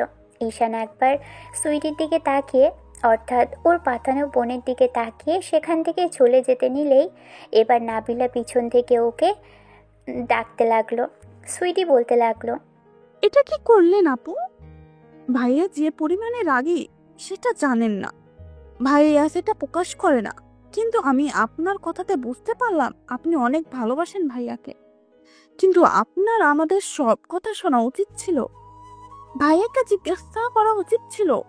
সেটা না করে আপনি এমন করে ভাইয়াকে কথাগুলো বললেন, যার জন্য ও আপনার সাথে রেগে কথাই বলল না।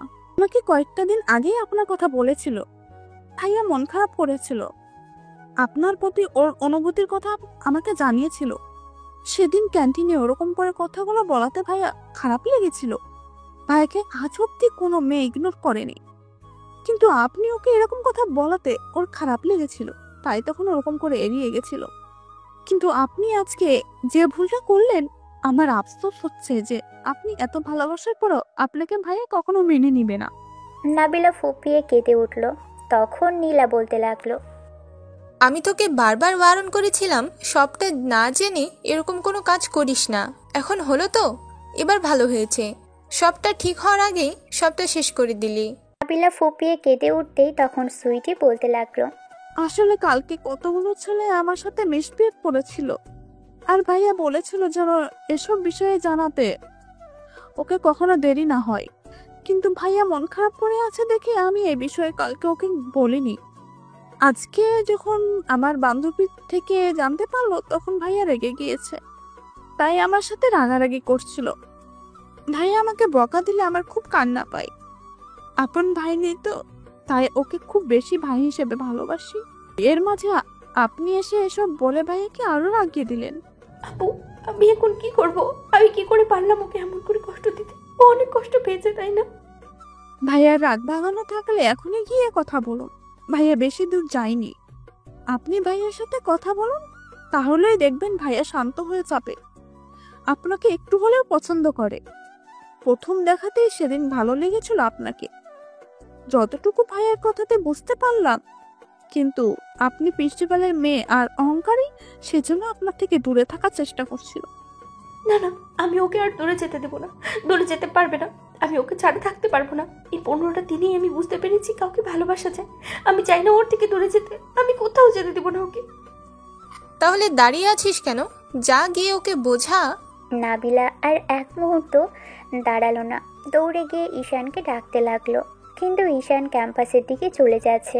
নাবিলা বারবার ডাকার পরও ওর কথা না শুনেই চলে যাচ্ছে ছেলেটা। ঈশান যখনই কলেজের পিছন দিকটায় শেষ অবস্থার আসলো, অর্থাৎ আরেকটু এগিয়ে গেলেই হয়তোবা ক্যাম্পাসটা বেশ ভালোভাবেই দেখা যাবে, তার আগে নাবিলা এসে ঈশানের সামনে দাঁড়ালো। পাশ কাটিয়ে চলে যেতে নিলে তখন নাবিলার বেশ রাগ হলো যে ওকে একটাবারও এক্সপ্লেন করার সুযোগও দিয়েছে না। ভালোবাসার মানুষটি এরকম অবস্থায় দেখলে যে কেউই কষ্ট পাবে, খারাপ লাগবে। ঈশান চলে যেতে নিলেই নাবিলা এবার ঈশানের হাত ধরে টেনে দেয়ালের সাথে দু হাতে আটকে নিল। ঈশান কিছু বলতে যাবে, তার আগে নাবিলা ওকে বলতে লাগলো, ঈশান প্লিজ আমাকে অ্যাকসেপ্ট করো, প্লিজ আমাকে এক্সপ্লেন করতে দাও। ভয় পেয়ে গেছিলাম, আমি ভেবেছিলাম যে ইগনোর করছো হয়তো এই কারণে, আমি বুঝতে পারিনি। প্লিজ আমাকে সুযোগ দাও একবার। আমি অন্যায় করেছি, তার জন্য পারলেও শাস্তি দাও, তারপরে দূরে সরে যেও না।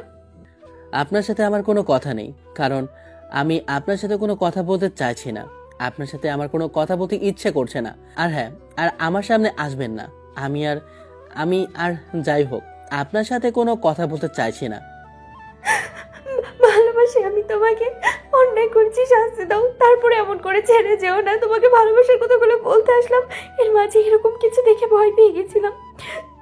তোমাকে হারিয়ে ফেলবো ভেবেই বুকের ভিতরে কেঁপে উঠেছিল। আমি অনেক ভালো হয়ে যাবো, দেখো। আর অঙ্ক তো দূরে থাক, সবসময় তোমাকেই ভালোবাসবো। কিন্তু আমি বাঁচব না।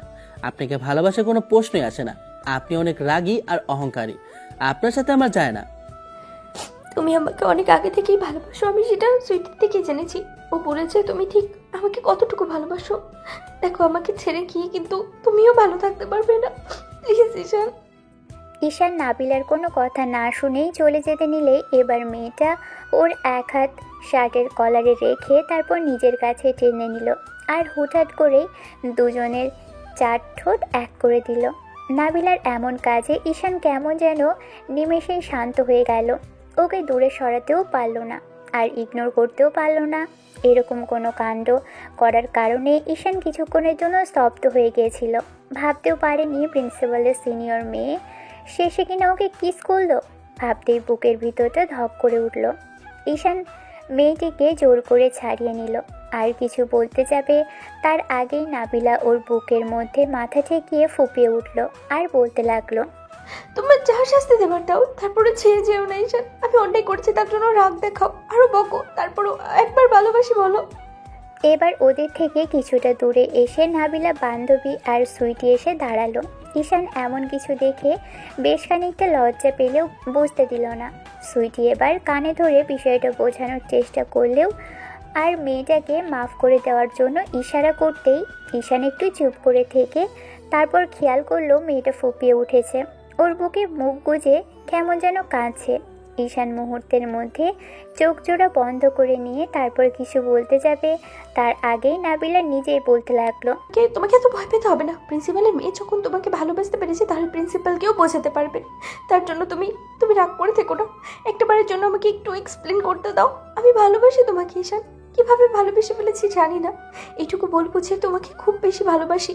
আর এই কয়েকটা দিনে পুরো পাগল হয়ে গেছি। তোমাকে দেখতে না পেলে নিঃশ্বাস বন্ধ হয়ে আসে আমার। তোমাকে দেখতে পেলে মনে হয় রংধনু 7 রং আমার জীবনটাকে রাঙিয়ে আছে। যখন সামনে থাকো তখন মনে হয় সব কিছুই আমার। আবার যখন দূরে চলে যাও তখন মনে হয় নিঃশ্বাসটা বন্ধ হয়ে আসবে। তোমাকে ছাড়া থাকার কথা কল্পনাও করতে পারি না। কবে কিভাবে কখন মন দিয়ে ফেলেছি জানি না। তুমি আমাকে কতটুকু ভালোবাসো তাও আমি জানতে চাই না। 2 পরিবারকে রাজি করানোর দায়িত্ব আমার ঈশান। আমি সবটা বুঝে নিব। তুমি শুধু আমাকে একটু ভালোবাসবে, একটু মুখে আগলে রাখবে। এর থেকে আমার বেশি আর কিচ্ছু চাই না। Ishan, I love you so much. Nabila কথাগুলো বলে আবারও ফোপাতে লাগলো। ঈশান চুপ করে রইল। তারপর বুঝতে পারলো যে মেয়েটার গরম নিঃশ্বাস বুকের উপর বারবার আছড়ে পড়ছে। ওর বুকের ভিতরে ধুকপুকানিটা বেড়েই যাচ্ছে।